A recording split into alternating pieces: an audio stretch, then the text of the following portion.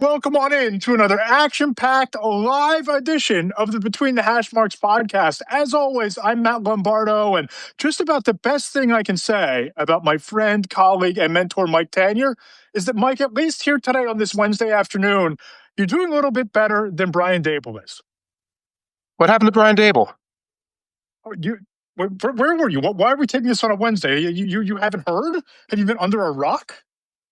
Last I heard, Jackson Dart got hit in the head by Soldier Field, and Brian Daboll left him in the game. But that's just Daboll being Daboll. There were no consequences for that, were there?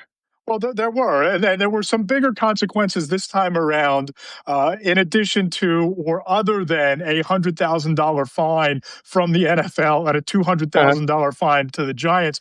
Brian Daboll was fired on Monday, shortly before his day after press conference. We'll get into all of that. We'll get into some of the biggest storylines across the NFL. But if you stumbled onto the Two Deep Zone this morning, you'll know what I've known since about 10 o'clock on Saturday evening.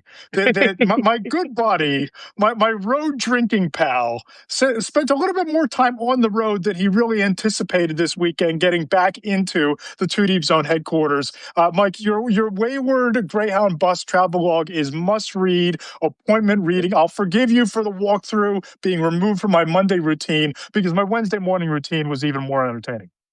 Well, thank you. Thanks to everyone for your patience on that. There was no way of getting a Monday walkthrough to you because I spent the entirety of Sunday from 8:05 a.m. Sunday. I believe that's 9:05 a.m. Eastern time. I'm not sure. 8:05 New Orleans time on Sunday until midnight and until actually 3 o'clock, 1 o'clock the following Monday. I was on Greyhound buses going from New Orleans to Atlanta, through Atlanta, to eventually Baltimore, trying to get to Philadelphia, because my American Airlines flight was canceled on Saturday after a sort of a sneak away getaway with my wife to New Orleans, something we didn't tell that many people about because we wanted to get out quickly, come home quickly. The get out quickly worked. Did not. Nothing quickly about getting home, certainly. We're going to get into all of this because I have questions. And I think that the viewers and the listeners and the readers have questions as well. Hang in with us because we're going to talk football as well. It was a big and impactful and newsy weekend that Mike was stuck on the road through the deepest of the South back into civilization on Sunday. We'll get into all of that. But if you do enjoy Mike Tanier's firebrand of storytelling, if you enjoy his ability to seamlessly blend pop culture references, superhero jokes with deep dive analytics and reporting and storytelling, subscribe to the Two Deep Zone on Substack. If you enjoy my reporting, there's a column up on Between the Hashmarks right now, inside why Brian Daboll was fired, where it went wrong over the last 2+ years. You can read about that there by subscribing to Between the Hashmarks on Substack. And of course, subscribe to the Between the Hashmarks podcast on Apple Podcast. Leave us a 5-star review. Let us know what you like about the show, maybe what you don't like, but give us the 5 stars and we'll read it at the end of next week's podcast. And my YouTube channel at Matt Lombardo 975, that is growing. But Mike, I want to dive right into this because when I started getting text messages from you on Saturday night and advising you to go to the airport bar during your delay and get a heavy pour of the most expensive top shelf scotch because it's now a business trip, I was looking out for your sanity. I think all that fell by the wayside. And I was concerned by the time I got to Sunday and found the excursion that you were about to go on. Well, I think just about anybody listening has done air travel and realizes the misery of delays. Just about everybody deals with that. And we all know, there's coping strategies in the airport. You can go get a cocktail, etc. It was delay in the apocalyptic setting of the government shutdown with the air traffic controllers, shorthanded, etc. And there's this feeling just going across the airport that no one's ever leaving. And no one's ever getting in. Right. And you sometimes it's a storm. Like usually it would be like a blizzard or something like that. And you get the same thing. And that's what we were going through. And you get this frustration because it's like, if you had told me this flight was canceled at 3 o'clock in the afternoon, it was still, in Bourbon Street or wherever. All right, I'll get a cheap hotel. We'll check in with my wife. We'll get a cocktail. We'll put our feet up, and I'll figure out how to get the next flight out. This was not that. And it's hard to talk about the next flight out because a blizzard will clear. Yes. You don't know if a government shutdown, which turns out is clearing up, but you don't know if That's going to clear. So when you look at the next flight on your itinerary, and it says, well, you're going to go from New Orleans to Dallas Fort Worth, or from Dallas Fort Worth, we're going to send you to O'Hare, and from O'Hare, we're going to send you home, and it's going to be 13 hours total in the day. You're looking at, like, I'm rolling the dice with every damn one of those flights that it's going to get delayed, canceled, or delayed past the the changeover, whatever. And you realize you can't do it. You can't do it unless you say, I've got 4 days to wait and unlimited funds, neither of which we had. Every connection, you're rolling the dice. Every connection, you're worried that the plane isn't going to show up or the pilot's not going to show up. But this trip was just amazing to read. You survived vending machines that nobody could quite figure out how to work. You survived some off-bus fisticuffs. You survived some on-bus inabilities to sleep. You survived the FaceTime call from hell. I was worried on Sunday that we'd be doing the podcast with you FaceTiming from the back of the Greyhound bus. That's what I thought was coming. But it sounds like the dude having the affair with the woman somewhere in New York City couldn't take a hint, and everybody on the bus got to be treated to that. What was the low light that maybe didn't make the travel log? What was the one incident that made this the most memorable, biggest nightmare that you've ever seen on a Greyhound bus? I think I make it pretty clear how badly I needed to go to the bathroom. Yes. Number onesies and number twosies. Okay. And that every time along the way, it was like this special little side quest that was very difficult to complete. And I'm at least a man. I can pee standing up. My wife has to do these things backwards in high heels, etc. So, you can read about it, but like each bathroom was more disgusting than the last. They started out sort of at New Jersey Turnpike. Then they went to Veterans Stadium circa 1985, Eagles Giants game. Then they worked their way down to the trash compactor at Star Wars, where there was somebody living in one of the bathrooms. And that's a tragedy of our society and everything. And I would like that to be solved. But in the short term, this person at least was assertive enough to kind of tell me not to poop. Like it was pretty much like making it clear that he didn't want me in there pooping. So, that was a thing.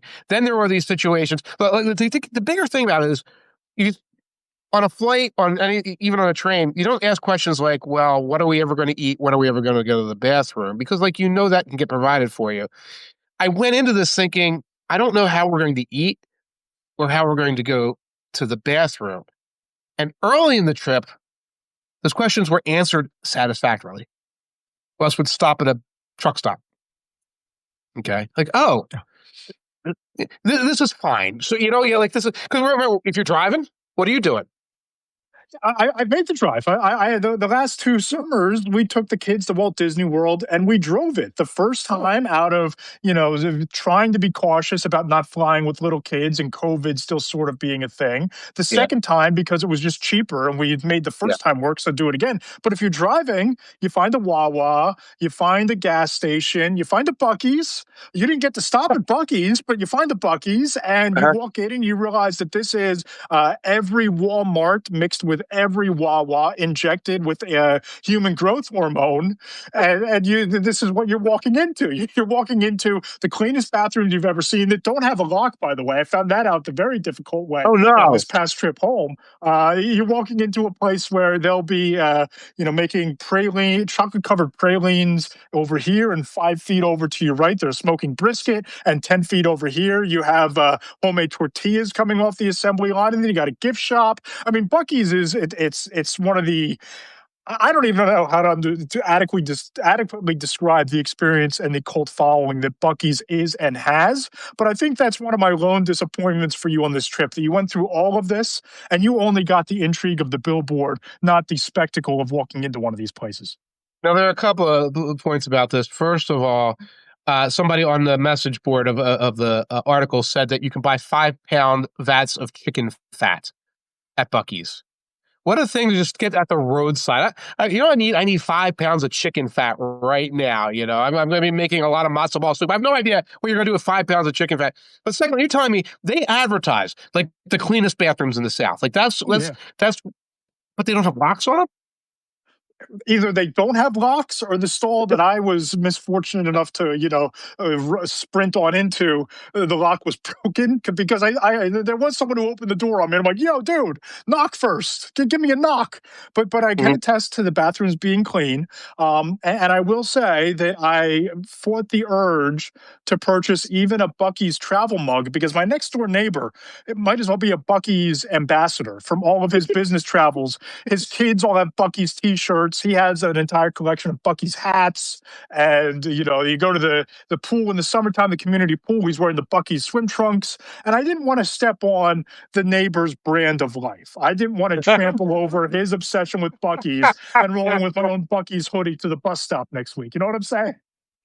I hear you. But so we don't get this experience. All I saw was billboards, and I drove past them, and it was like someone lined 30 Wawas up, which is great. So we stopped at a Love's, and like that was fine. So it's like you pull off. Okay, so you pull off in a Greyhound, and you go a mile in one direction into cornfields. Like here in Jersey, it'd be like you're going into like Hamilton, like past Hamilton or something, and you pull up at a Shell station, and the Shell station is the Greyhound stop. There's not like a little, like a little box there or a little station or anything. Like there's a sign, and there's a girl sitting on her suitcase waiting for the bus in the middle of East Jesus Nowhere. She hops on like this is a normal thing for a young woman by herself in the middle of freaking the God's country to do. And then he's like, it was like an unscheduled stop. He's like, I'm going to take care of you guys because we were ahead of schedule, I think. And he drove over to the Love's, and the Love's is like a supermarket, and there was a little Arby's and a little pizza joint. And these guys all needed their cigarette breaks, and they were smoking like mad. But like, my wife and I come out of here, and it's like, okay, we got a little chicken tortilla wrap, we got like an iced tea, but Karen had to buy earbuds, things like that. Like it was very fully stocked. We sit down there on the bus, and it's like, okay, we're making good time. This isn't bad. Are they going to? So in my brain, I'm like, okay, we're doing this because there was a bus again. They left at 9:45 p.m. from Atlanta. And the Atlanta Greyhound station is the amok time. This is the sea of humanity. This is like zombie apocalypse stuff. Goes overnight through the Carolinas, and then you come out sort of in the early morning around Richmond, Virginia area. And I was like, I assumed that like at 6-something in the morning when we hit like the little town of Petersburg, Virginia, that the bus pulls into the truck stop. Everybody goes to Love's. Everybody potties. Everybody can get a Dunkin' and a wrapped up muffin or whatever, the most basic crap in the world, and we keep going. You're thinking you're back to civilization. You're thinking that you're back into civilization with continental breakfast, hot coffee, or cold brew, whatever you prefer. What I was blown away by in this travel log is that the bus stations got less functional the further you got out of the South. Once you got back above the Mason-Dixon line, it was like all bets are off. It's the wild, wild west, and you just not functioning. I was blown away by this. No, like no bathroom, like in Baltimore, cordoned off bathroom, like a yellow caution tape. Like, dude, 3 bathrooms ago, there was a dude living in there. What does it take to have caution tape over this thing? Is there a dragon in there? What is possibly in there that you have to caution tape this thing? So there's porta potties out in front. That one did have vending machines, but the 2 before it had no vending machines. So you're bringing people up the coast, and they can't poop, and they can't eat, which of course I guess because you can't, but whatever. They can't smoke. You can't go get a vape or a cigarette or something like that. So you got like jonesing people. I would have been jonesing for caffeine if I didn't have like one emergency Dunkin' on me. No wonder they're fighting. No wonder they get off the bus and then people are like actually confused as to where they're supposed to go next. They're sleep deprived. They're food deprived. They might be caffeine or nicotine, forget anything stronger than that. Those basic chemicals might be having them jonesing a little bit. So what do you get? You wind up with people like running off the bus in Union Station, Washington, D.C., in like the parking lot behind Union Station just to go get a cigarette for a few minutes or try to find a bathroom, coming back, and the bus driver left without him. Oh, my God. Bus driver. Now, I didn't see this with my own eyes, but the rumor went up and down the bus, and obviously somebody was sitting next to somebody. Bus driver left without a couple people because they defied him by leaving. And he definitely told, this woman didn't have a ticket, to be fair. He definitely told this woman, you cannot come on this bus under any circumstances. She was doing I run up the steps, I get a ticket, I come back, it's like, sorry, we're behind schedule. So like we were stranded in New Orleans, whatever. There were people stranded along this trip in various places. And we were almost all stranded in Baltimore. And I don't know what actually happened after I left in Baltimore. I hope to God that 3 minutes after we drove away in an Uber, that like the bus driver pulled up, all aboard, let's go, and got these people up to Philly and New York. But I have no idea. There could have been people in Baltimore, from Atlanta, from New Orleans. Like, what do I do now? And you're not in the Inner Harbor. No. You're bordering on the neighborhoods where The Wire was filmed. You're in the Wire neighborhood. You're in the Wire neighborhoods. What you really are is you go down the I-95, and you roll off the off ramp, and you roll to the side, and there's always this shit to the side that you never think about. And it's like, oh, that's like a concrete company and like packing sheds and things like that. That's where the Greyhounds are. I got to find out though, because you've referenced the fights. And I did not expect there to be actual fights. So I need to know, one, were there fisticuffs? And two, how did these dudes carry the beef from one spot to the next and it not explode onto the bus and have dudes like pummel each other across, rows of seats on the bus? How do they have the restraint to not fight on the bus, but still be pissed off at each other enough to come to blows the second time if that's what happened? Now, here's as much as I could figure out. It looked like this actually began in Atlanta. I didn't write about this. As we're boarding 9:40 in Atlanta, the bus driver has to run to the back of the bus. He's like talking to some people. He pulls a woman off for a second, moves a guy into another spot. So like they're on opposite ends of the bus, like we would have done with like seventh graders who were fighting, opposite ends of the bus. And it puts the girl, like rearranges the woman. I think this was the girl that the dudes were fighting over. That's a oversimplification of it. So that happens. So like all of the overnight passes, I think most of us were asleep. We come out in Charlotte, and we're not out of this bus a minute, where the one guy is charging the other guy, shouting, charging him. So I don't know. I mean, shoving was happening. So this was like charging the mound type of thing. There's definitely shoving and the threat to punch. There might have been a punch or two, but a couple of like the passers sort of get in between. There's, both Karen and I were like, yeah, that's a cafeteria fight. Like, oh, like all that kind of stuff. And some people trying to help, and some people are like, fight. This is fun. Driver's got to break it up. Driver and a custodian.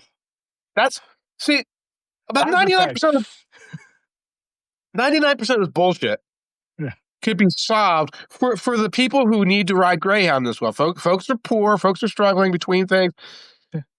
If there was adequate people at the Greyhound station, if there was a security person, and if the custodial person, maybe you needed two of them to keep track of things in the bathroom or whatever, then everything's orderly and clean. You don't have this, and it's a manageable situation. So this breaks out.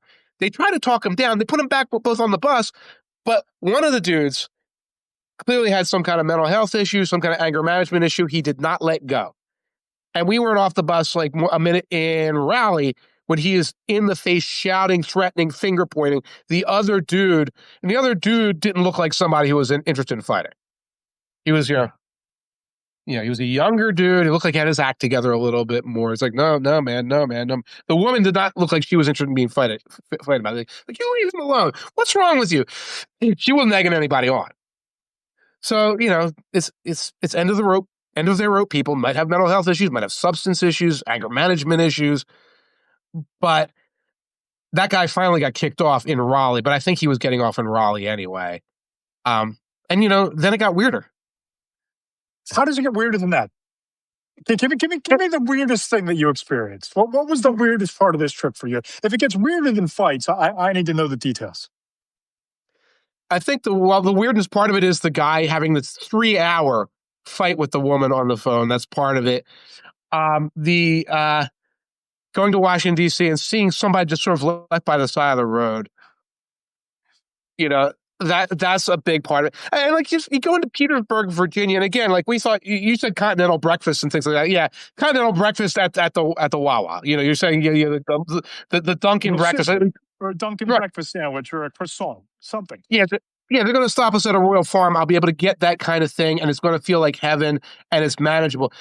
So that goes away. You go into this town of Petersburg, and we pull up, and the bus station is an actual normal bus station like you would expect to find in a functional society, where it's a clean little brick building, where like a couple different buses come in and everything like that. Not allowed off the bus.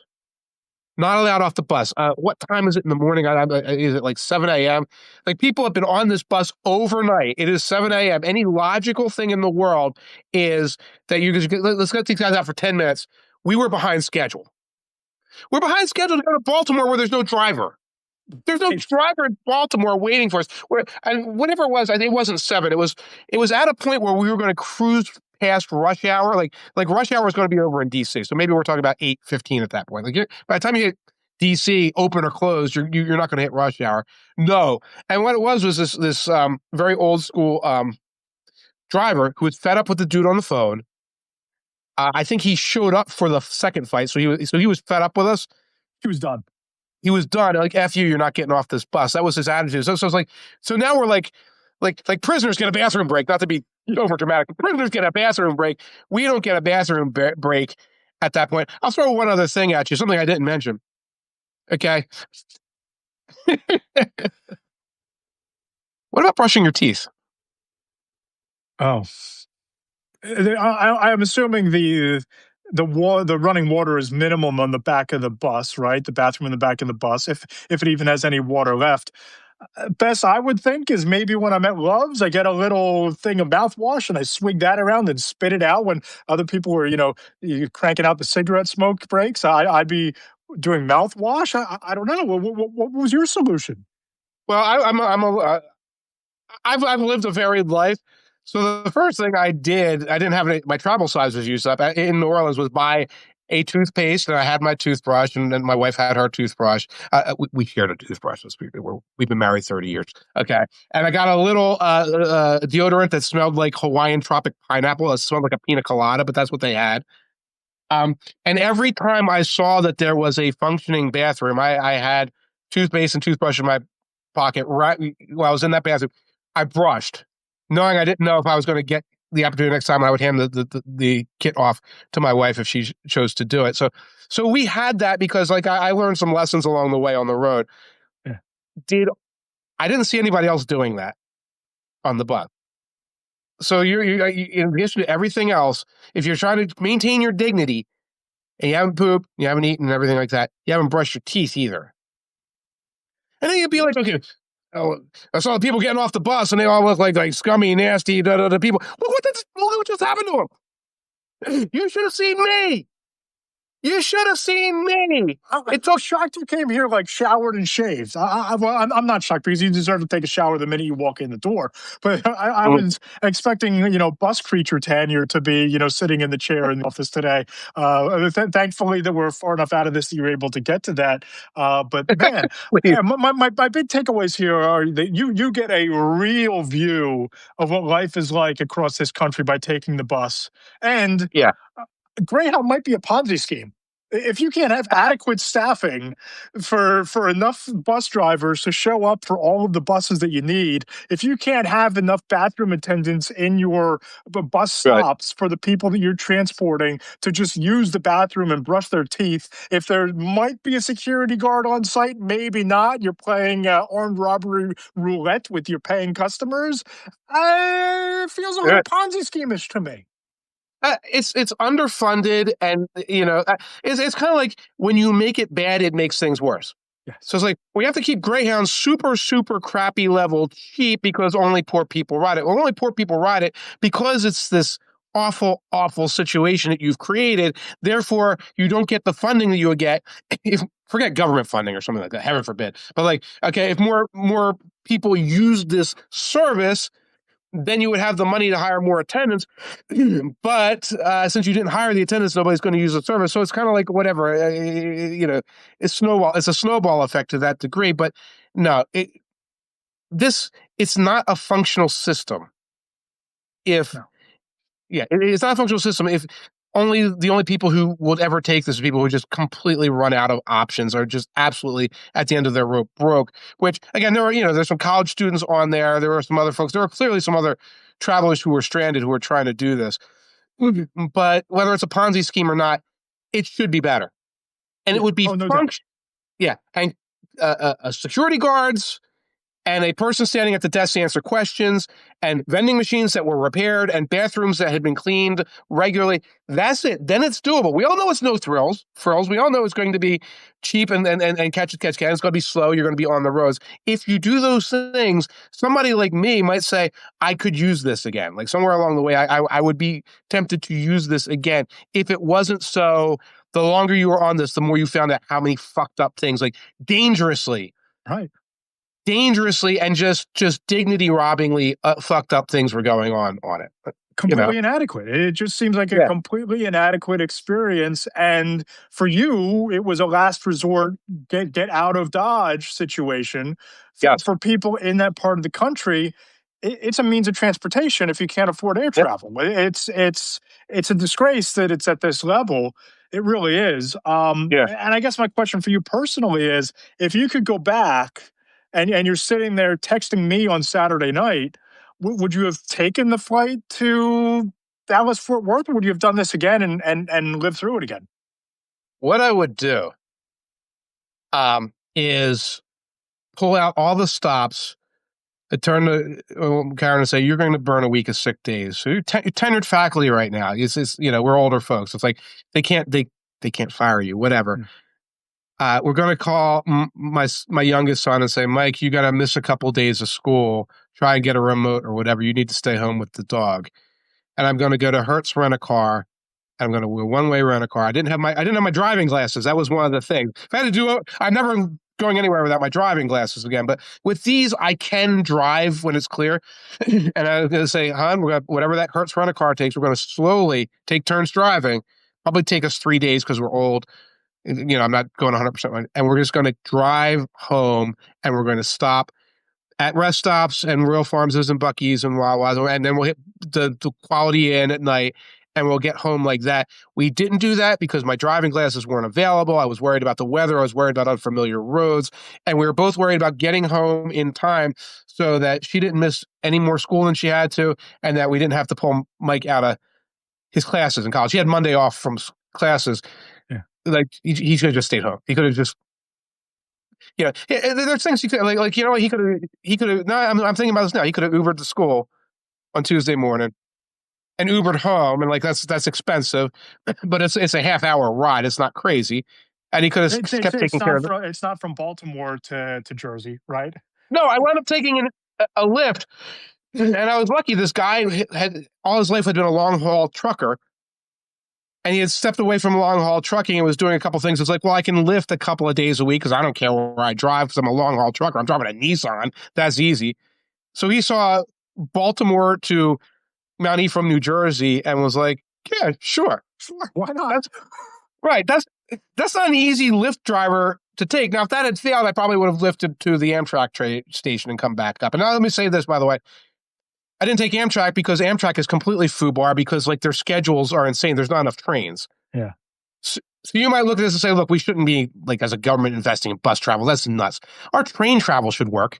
That should work. We should have high-speed rail. There should be high-speed rail lines across the country to populous areas so that if you were in Atlanta, hop high-speed rail to New York or Philadelphia or D.C. and figure it out from there. But the fact that the train system is so inadequate across this country, east to west, north to south, other than the I-95 corridor, it's a disgrace. And it's I don't even know where you point the blame for the reason why, but for the wealthiest country on the planet, supposedly, figure it out. Open up the options for people.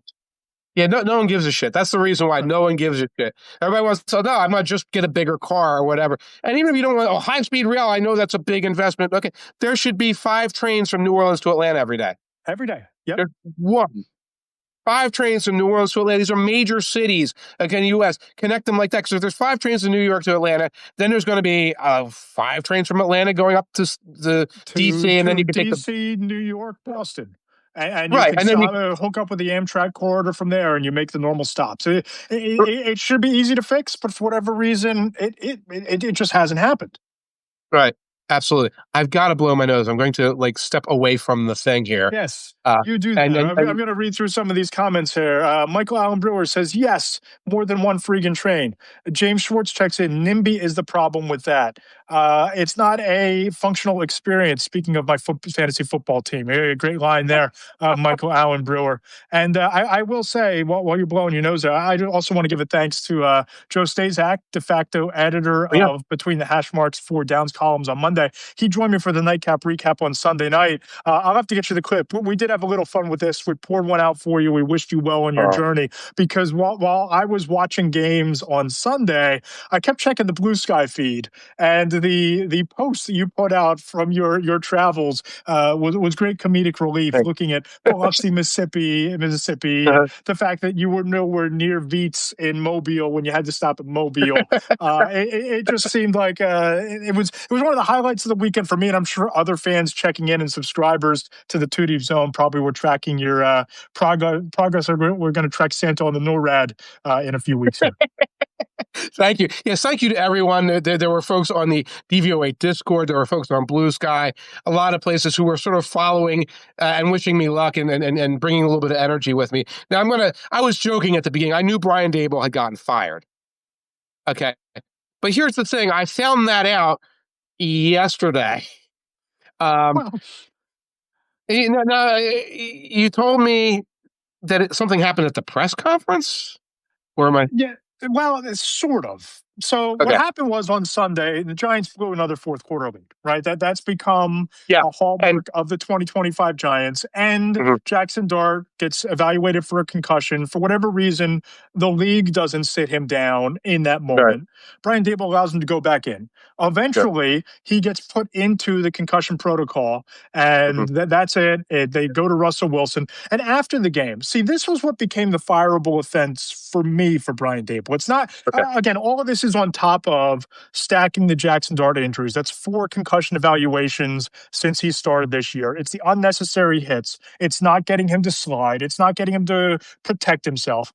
But you and I have covered these press conferences for head coaches long enough that when he's asked about the injury, and Brian Daboll's answer is kind of to shrug his shoulders and go, it's a shame that he got hurt.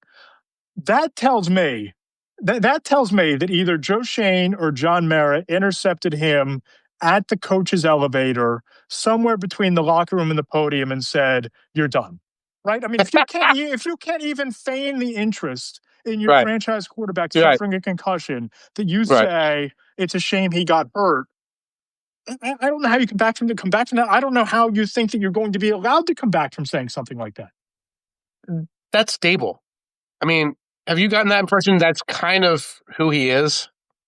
Yeah, from the beginning. And you know, I wrote about this at Between the Hashmarks. It's up on the site. You think about everything that's gone wrong. You know, there was nearly come to blows with Wink Martindale before Martindale resigned late last season. There was the incident where he flipped the tablet at Daniel Jones on the sideline, kind of the anger seeping through there. And I spoke to a source, an agent who has a couple clients on the Giants roster, who told me, quote, it got really bad, that everything seemed personal with Brian Daboll. And when you talk about how this ended, it's, yes, they found the franchise quarterback. That's great. He found the franchise quarterback. That's kind of his parting gift to the organization.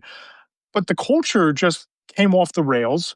And I think that whoever the next head coach is, it's all about developing Jackson Dart. Nothing else matters. You need a quarterback whisperer who can get the most out of Dart, maximize his upside, and simultaneously overcome the systemic issues of that organization, where Joe Schoen, who hired Brian Daboll, who let Xavier McKinney, let Julian Love, let Saquon Barkley all walk out the building, now gets to oversee the coaching search. Mike, in what universe does that make sense for an organization to turn the page and turn the corner?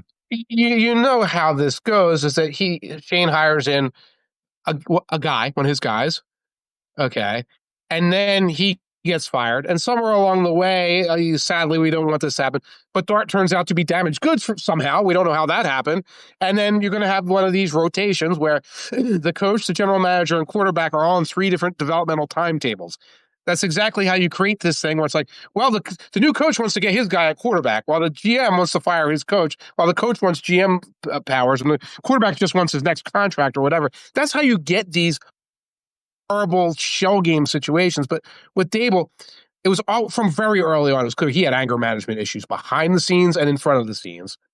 A little bit of everything's about me personality. That was with Wink. That was with some of the other assistants. I think there was some of that going on with Kafka. Like, this is about me. But you've got a guy who's coaching for his future, who has his franchise quarterback, and has been warned by Mara publicly and fined by the NFL. Do not hurt the franchise quarterback. That's basically what it boils down to. When you look, don't go poking your head into that, into the door to see how he's doing. Do not endanger the franchise quarterback. And he's out there in the fourth quarter of this game when it's falling apart. And he's like, oh, he's crumpled up on the field. Well, the league didn't say anything. I'm going to put it back out there. As a human, that's horrible. As a strategist fighting for your job, you pull him away on the pillow, you put Russell Wilson out there, and you go out in that press conference and you say, look, Jackson Dart and the future of the organization came first. Russell Wilson's a professional. He's been in those situations before. We count on him. You go out there with that messaging because it not only possibly saves you your job, but it might get you the next one. Because you don't come across as this angry-ass gerbil who's just going to get people around you injured, fired, whatever, to get what you want. This is a guy who should be looking around and saying, I could be in Baton Rouge in a couple months. Yeah. Right. He could be the head coach at LSU, and it could be a posh job for him. But here's the thing, and I talked about this on Sunday night. It was clear from the moment that they played Jackson Dart, even though Dart gave them the better chance to win, and I think that it was time to play him, and any snap taken by Russell Wilson was one snap too many, in my opinion, based on what we saw in the summer. But when you're poking your head into the blue medical tent, when you continue to draw up design quarterback runs late in games that aren't competitive, when you continue to not drill into his head, slide, step out of bounds, throw it away, live to play another day, when you're not the adult in the room and you are treating the franchise quarterback not as the cornerstone of the franchise's next decade, but as your personal job security ticket, that's the fireable offense. That's when you can't go any further. And, we've given John Mara and the Giants a lot of criticism for a lot of reasons, and a lot of it is deserved. And I do think that they botched this situation because it needed to be a full house cleaning. It needed to be bringing in a general manager who valued Jackson Dart, who could build his roster around Jackson Dart, with a head coach who buys into Jackson Dart. Because if you and I are seeing it, coaches employed and unemployed are seeing Jackson Dart's upside. But remember, it was Brian Daboll who targeted Jackson Dart. It was not Joe Shane, right? Jackson Dart was Brian Daboll's guy. So now you have a general manager who might be in like, not in love, picking a head coach who knows how they all feel about Jackson Dart. Jackson Dart's all that matters. They need to get this hire right for the quarterback and also for changing the image, the perception, and the culture from the ground up of that franchise. Now, again, I'm not as high on Dart as others seem to be out there in the world. He's got potential. He has upside, certainly. It's two things I noticed over the last couple of games, certainly, is one, obviously, he runs headfirst into tacklers. And B, he doesn't see pass rushers coming outside of a box here. Guys coming from the outside, guys who got behind him, they wallop him. He's got no clock or no management of what's going on out there, so he takes those hits. Two very, very big problems that have to be solved. And he's a gung-ho individual, so you really have to train out of him, order out of him. I did see him slide a couple times when I watched the tape, so it's like, okay, he's getting better at sliding. But as a coach, it's like, if that's not working, then you have to say, we're not doing any designed runs for this kid. If it's a tie game, sure, but not, it's 31-10 or whatever the Eagles game was. Go crash into the line, run a couple of zone reads into the line. You have to stop doing that. Daboll didn't. Interestingly, Kafka promoted Winston. Yep. Do you get any sense that Winston was third string because Daboll wanted him to be third string, or what was the deal there? That wouldn't surprise me. I don't know if maybe there was some loyalty to Russell Wilson. They thought that the way they handled it early in the year, you didn't want to embarrass him and make him the number 3 quarterback. But I do think that I give the Giants a little bit of credit here for handling the firing now. It had to happen. And if you waited until the season's end, you wouldn't have had the chance to evaluate Mike Kafka for 7 or 8 games down the stretch. And Jackson Dart has to get healthy. It'll be a conversation whether or not to play him based on where the Giants are in the standings at that point, but you get to at least evaluate Mike Kafka as a play caller, if nothing else, rather than going into a hiring cycle where either way, Kafka is going to be one of the most sought after assistants this hiring cycle. He's going to get a job somewhere, whether it's Tennessee to work with Cam Ward, whether it's eventually Jonathan Gannon getting fired and he winds up in Arizona or he winds up in New York. They get to evaluate him now. I think that's where they got this right, rather than waiting till the end of the year. Right, and it's interesting with Kafka because he would be getting like coordinator of interviews and things like that, but they would shut them down because they promoted him to like assistant head coach or whatever. But then they will take away his play calling duties, or give her super secret play calling duties or whatever, where you found out after the game based on whether they won or lost who called the plays. And mysteriously, if they won, Daboll called the plays. It was always this weird thing going on. Now, Kafka originally was an Andy Reid guy. Okay. And he's been there for the parts where the offense was functional. So I am like a lot of times when they like with Mike McCoy in Tennessee, it's like, I don't give a crap about Mike McCoy in Tennessee. With Kafka, I have a funny feeling he was trying to get things done behind the scenes, and he was getting kneecapped by the boss. And I'm curious, now that he's not getting kneecapped by the boss, if he can do something with this. Granted, they don't have neighbors, they don't have Scatterboo, whatever.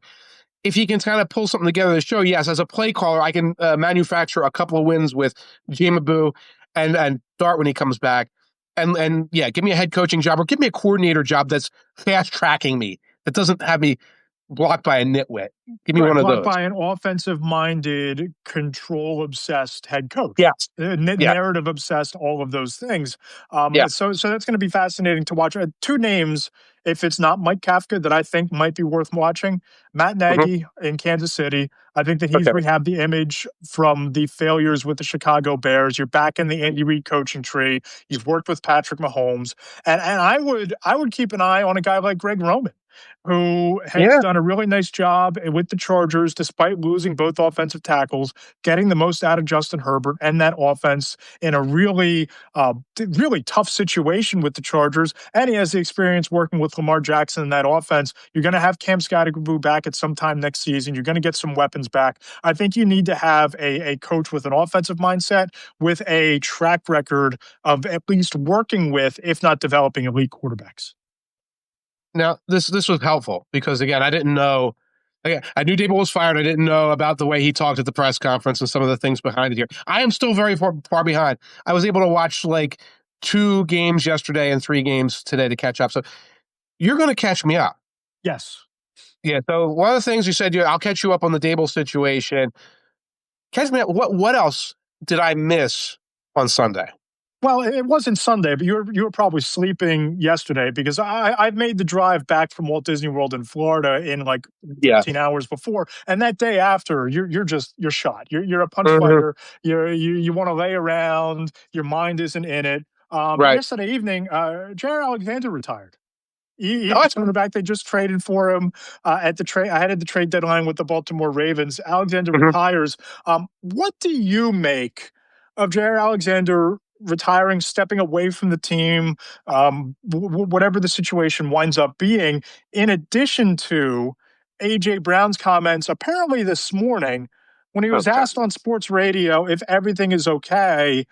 And he says, everything with my family is okay, but if you're watching, you know that it's not okay. It's a shit show. What do you make of what's happening with this Eagles team, who survived a really brutal test against a playoff team at Lambeau on Monday night? What do you make of this? I'm so done with A.J. Brown. I'm so done with A.J. Brown. I'm so done with this freaking sad, dark wave emo boy nonsense. Okay. Get out there and play the game. He almost had the game icing touchdown. Is that it? Is that what you needed to go up there and jump over Valentine on 4th and 8 and get the touchdown? Would that have made it better? Is that what we're talking about with A.J. Brown? I have no idea. I'm done with it. He needs whatever. Yeah, it's almost reaching TO sit-ups and push-ups in the driveway level.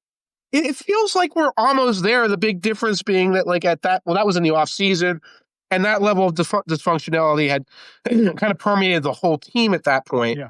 Whereas Brown just seems to be Brown. I don't get any impression like AJ Smith and Dallas Goedert and Hurts are like, oh my God, now we all hate each other. I feel like AJ Brown is just miserable and doesn't like Hurts, and that's it. But I don't. What do you do? Trade deadline's come and gone. A team is 7-2. You can win another Super Bowl ring. Is that not enough for you? Find your motivation at this point. This is, you're calling it a shit show. The Giants are a shit show. Go win a ring. Go win a ring. And then on the flight back with the Lombardi trophy, you walk up to Howie Roseman and you just say, trade my ass, right? Trade my ass. You request a trade after you win that second Super Bowl trophy. You look across the league, there's going to be a market for A.J. Brown. Go catch passes from Caleb Williams in Chicago. Go down to Miami and line up opposite Jalen Waddle because they're done with Tyreek Hill. Get traded to a franchise on the come up if this is not the spot, not the situation. Right, I'm sure it'll be much better with Caleb Williams. That sounds like a much better situation. Where's the grass greener? Where's the grass greener, AJ Brown? Show me where the grass is greener right now. Okay, you want to go play in Seattle? Like just the flavor of the month. Oh, Seattle's good, so send me to Seattle. A month ago, you wouldn't have given a crap about Seattle. Yeah, they got the same record as the Eagles. Where do you want to go? What's it going to take to make you happy? I sound like the guy on the bus yesterday. What's it going to take to make you happy, AJ?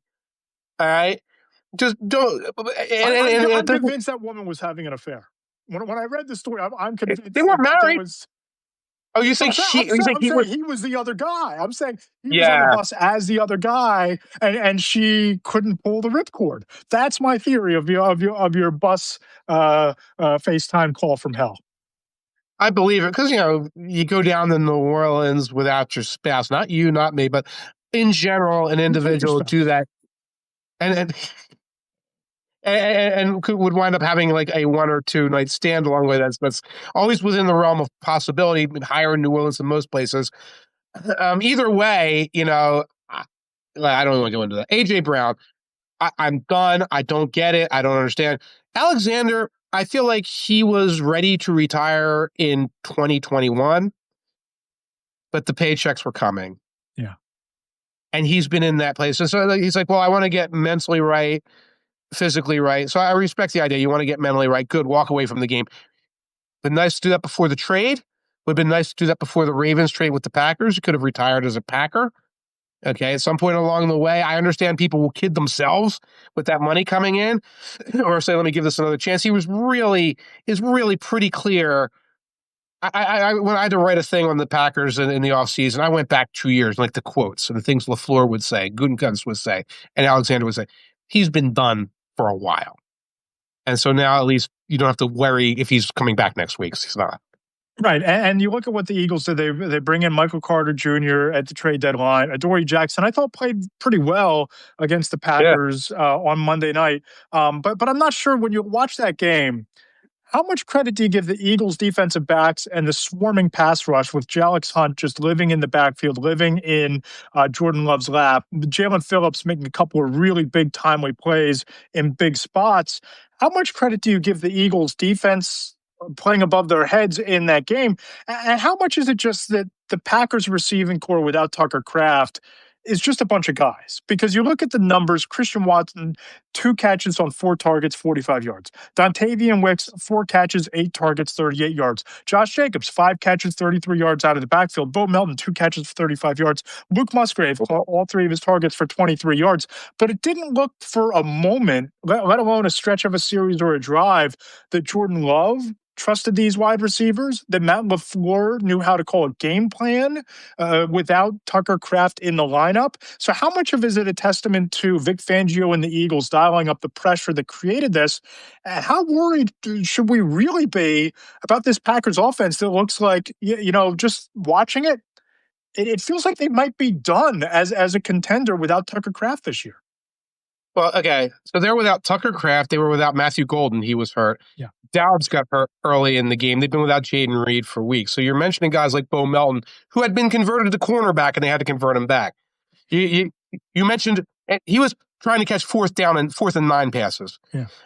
You mentioned Droptavian Wicks, and Droptavian is called Droptavian. He was named by his mommy, Droptavian Wicks, because he dropped Tavian's the ball all the time. And they're trying to rely on this guy who they thought was going to be wide receiver 6. They put Savion the Frog Williams out there, and they keep trying to make him do things. He's a kick returner. He's Cordarrelle Patterson light. And so you shouldn't really do much with him except let him return.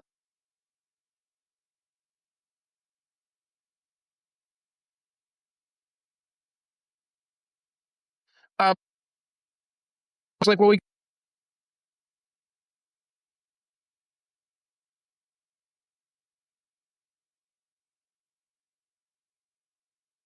were in a position to make a play. So the Packers offense, I don't know what you would have called against the Eagles defense in that point that would have worked, except maybe just trying to force feed Josh Jacobs the handoff 6 million times. That's what I would have done. Right. I would have doubled and tripled down to Josh Jacobs and tried to move the ball down the field that way. But credit to the Packers defense, they held Saquon Barkley to 60 yards. But look, and they held an Eagles offense that's pretty prolific to 10 points. The Packers defense checked a box, but it just seems like that offense, just without the most explosive tight end after the catch in the league, it just doesn't have an identity and doesn't have the weapons or the playmakers that it lowers their ceiling so much. I wonder, in a loaded division, if they aren't suddenly third or fourth in that group. I mean, they're second in that group, in that division. I'm not putting them below the Bears, for goodness sake. Bears have won 5 of 6. Bears have won 5 of 6. They've Caleb Williams has Bears have beaten comebacks. Bears, they bought a bunch of fourth quarter cutbacks against Giantses. True. A bunch of fourth quarter comebacks against Giantses. That's speaking to us. Vikings are coming off a loss. Packers are definitely below the Lions. And we can make a little too much because, so it was a 10-7 game between two teams with excellent defenses on a cold night on a choppy field. So it's like, it was a 10-7 game. Eagles did not look great on offense. Packers looked worse on offense. Neither of them look like Super Bowl teams. The only team right now that looks like Super Bowl teams in the NFC are the Seahawks and the Rams, who are facing each other this week. Right. I think you left one out. I think you left out a team. The one I want to touch on next is the Detroit Lions. They go down to the nation's capital. You guys just missed each other on your Greyhound trip up. They go out there watching. They pulverized the shell of the Commanders, right? It was a revenge situation against a shell of the Commanders, right? The Tennessee Titans Alumni Association. I haven't watched the game yet. In fairness, this is one I have not watched, but I looked at stats and I see that Marcus Mariota is throwing to Treylon Burks. I don't care what the final score was. It could have been 110, and it's like, whatever. Okay, but obviously the Lions played well. I will check the game out. We are 2 weeks removed from getting beaten by the Vikings. Yeah. And I guess that's my big question here was that just them taking out the revenge from the playoff loss on Marcus Mariota and the rest of the Commanders' backups? Or is there more to this thing here? Because you look at Jahmyr Gibbs, 2 touchdowns, 41 touchdowns before the age of 24, fifth player to ever do that. Jamison Williams, 6 catches on 7 targets, 119 yards and a score. I just watched them, and I'm not sure around the league if there's a more formidable collection of talent than Jahmyr Gibbs, Amon-Ra St. Brown, Jamison Williams, and Sam Laporta. And they're kind of like Seattle, other than that slip up against the Vikings. They're just browbeating teams every week. I mean, I didn't watch the game. I would say the Vikings have a bit more formidable collection of talent. I'd say the Eagles do. But the Commanders fired the coordinator, right? They did. They benched him. They pulled the old Sean Desai benched in favor of Matt Patricia. Yes. What? Do you remember last year, 2 years ago, when Nick Sirianni benched the coordinator in favor of Matt Patricia? That's what happened here. Yes. It's not Matt Patricia again, is it? No, it's not. Matt Patricia's not there. He's at Ohio State. He's going to go win a national championship. That's right. I knew that. I'm good. I'm sick of it, AJ. I'm sick of it. Okay. What else do you have to tell me here? Drake May, Trevion Henderson flew down to Tampa Bay and got some validation and a big win over the Buccaneers. Is this a team that's coming together around a accomplished veteran head coach, or is it one that's just relying on explosiveness? Trevion Henderson, 69-yard touchdown run, 54-yard touchdown run. Matt Collins, 54-yard catch, in addition to being the kind of blocker that sprung the running game. Kyle Williams, remember when we were sitting in the bleacher and I was talking my ear off about Kyle Williams and how impressed I was with him getting open? Kyle Williams finally did something, caught a 72-yard touchdown on Sunday. Stephon Diggs had a 19-yard catch, big part of the offense there. I know the Commanders aren't exactly your squad. Patriots aren't exactly your squad. What do you make of New England? One thing is, but I see there might be some chatter down there. You can take a look at that in the comments. But obviously, this was validation. It's a game I haven't watched yet, but it's like, okay, you beat the Buccaneers. You beat the Buccaneers. I can't go on with my little, you beat was the Browns. You can't do that thing.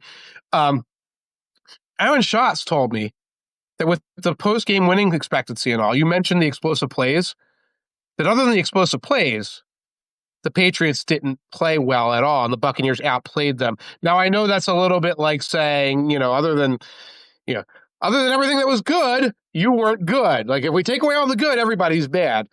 But like from a statistical standpoint, DVOA post-game win expectancy, it was a couple of big plays and then sort of holding on for dear life against the Buccaneers. Defense made a couple really big stops. Christian Gonzalez had a couple big plays on third down. That was one of the games that I really focused on.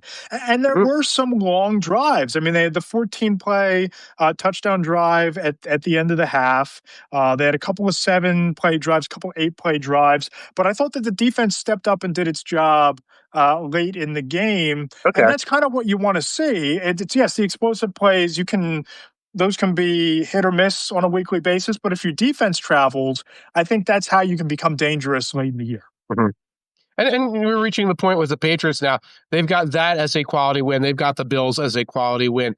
And they are storming to a easy and possibly now very likely a division title because the Bills keep tripping over themselves. I haven't gotten to that one yet.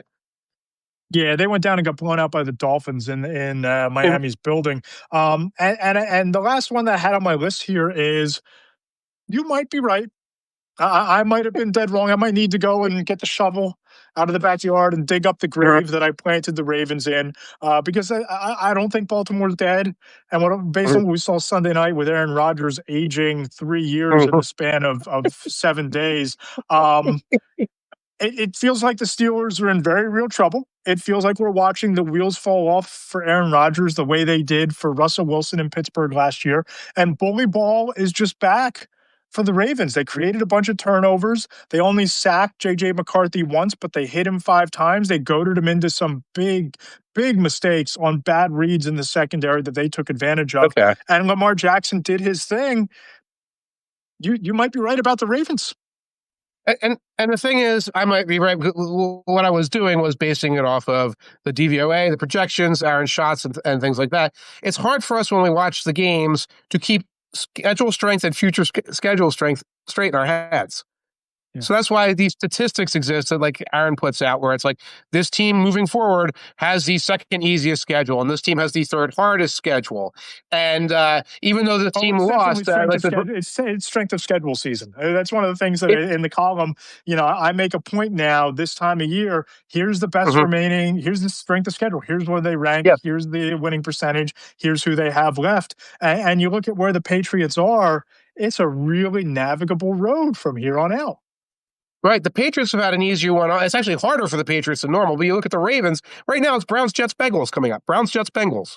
Yeah. Okay. And and they're playing so well. And the other thing is, when you do previous strength of schedule, the Ravens are 1-5. And of course, there were injuries.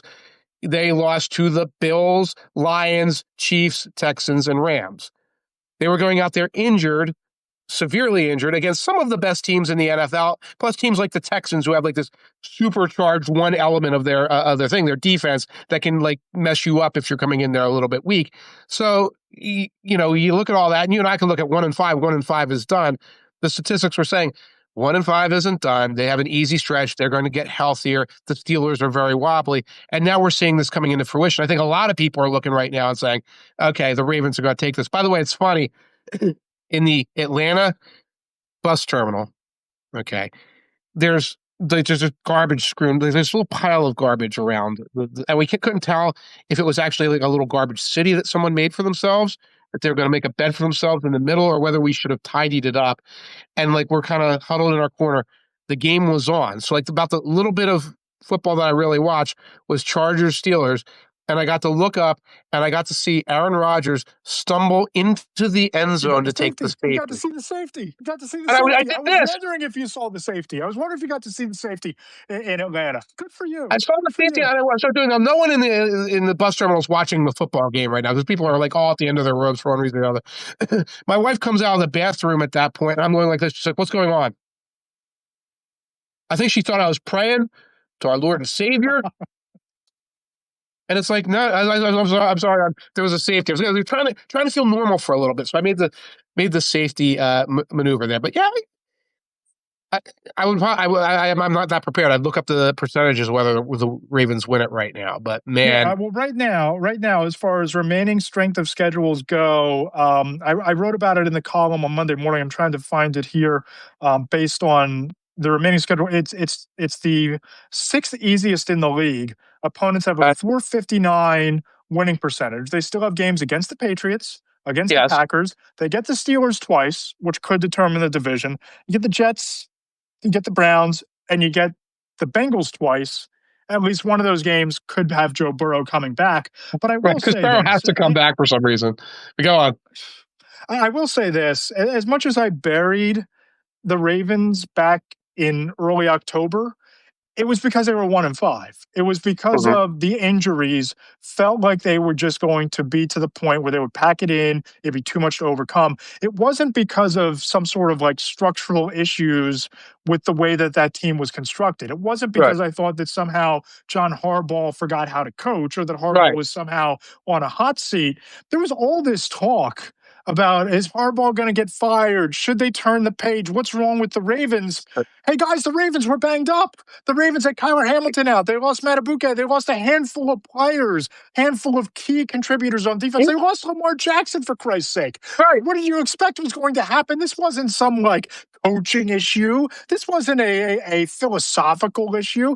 They were banged up. They're healthy now, and they think that they're one of the more dangerous teams that nobody's going to want to play in January. Yeah, I saw that consistently. And like, it's like, here's a hot take. I'd be like, here's a hot take. Harbaugh's a good coach. And people are like, what do you base that on? It's like the objective reality of being a human here on planet Earth. You know, like every metric of success that a coach could have, Harbaugh has all of those things. And then it's like, after Monday night, I was like, is LaFleur on the hot seat? And it's like, LaFleur needs to be doing a better job, but do you really honestly believe that the Packers are going to be like, hey, you know what? We got Micah Parsons for you. You didn't get it done. You're out the door. Like if this team goes 10-7, you're giving me that look. Okay, here we go. I'm giving you the look that maybe they might have him give up play calling duties.